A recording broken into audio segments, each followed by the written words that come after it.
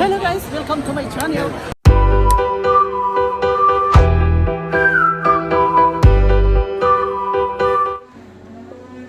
Hello guys, welcome back to Gem Apparel TV. And today mag-unbox tayo ng ating Samsung Galaxy S21 FE. Para kanina to? Sa akin. Siyempre, maraming salamat sa kanila, kay mom and dad. So, ito yung box natin guys. May mga icon na design siya, tapos reflective. Sa yung likod. Buksan na natin siya guys. Ito lang ang unboxing experience natin ngayon. Siyempre, ito yung sticker. Ito yung mismong phone itself. Ito na yung phone. Galaxy S21 FE. Meron itong Snapdragon 888, 8GB RAM, tapos 256GB yung storage. Tapos itong tatlong camera ay dalawang 12MP, isang main, isang ultra wide, then isang telephoto na 8MP, yung pang zoom. Ito yung flash. Sa baba, andito yung USB port, SIM tray, speakers, stereo speakers na ito, yung isa nandito sa may earpiece. Ito yung front cam. Buksan na natin yung unit. Ayan na, Samsung Galaxy.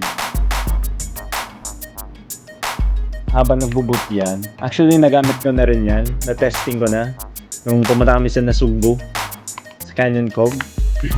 Ito lang yung laman ng box, wala na, walang charger kasama, pero may kasama namang cable.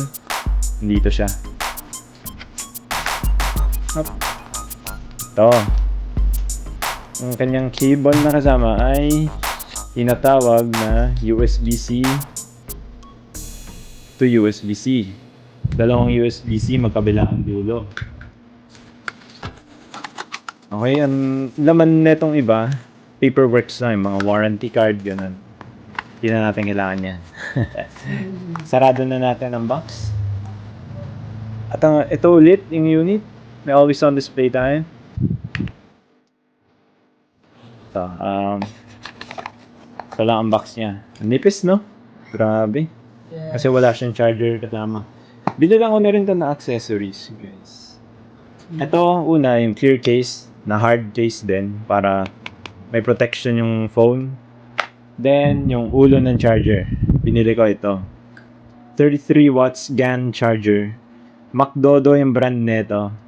Tapos, meron siya yung pang USB-C. Para masupport yung fast charging na itong phone natin. Ito ang itsura ng phone. I-enter ko lang ang passcode ko.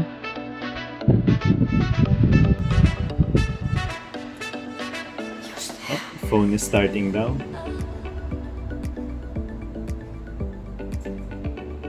Tapos, ito ang itsura ng kanyang home screen.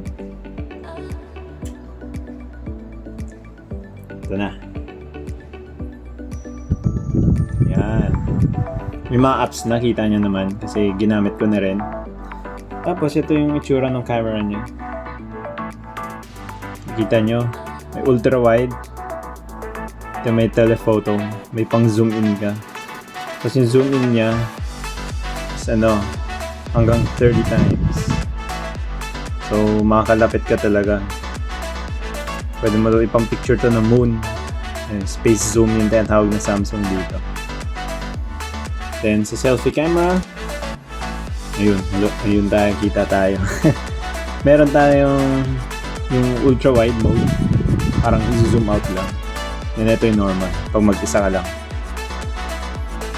Next, ito yung tsura ng settings app. Ito. I-login ko na rin yung Samsung account ko. And ayan.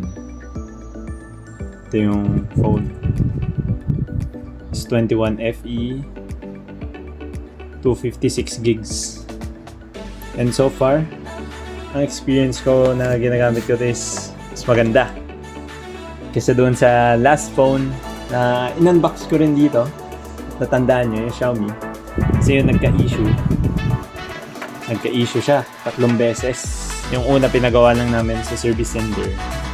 Kaso hindi na ayos talaga. So, nag-file na kami ng refund and ito yung pinalit namin. So, what will you expect sa box? Unit, USB cable lang. Ayun lang. So, parang mandatory talaga bumili ng power brick mo. Mainly, preferably power delivery para makapag fast charge ka dito. 25 watts. Then case, syempre, to protect the back and the screen, the phone kung aksidente mo malaglag. And that's about it for our Galaxy S21 FE 5G unboxing. See you in the next videos, guys, and be sure to like, subscribe, and hit the notification bell icon. See ya!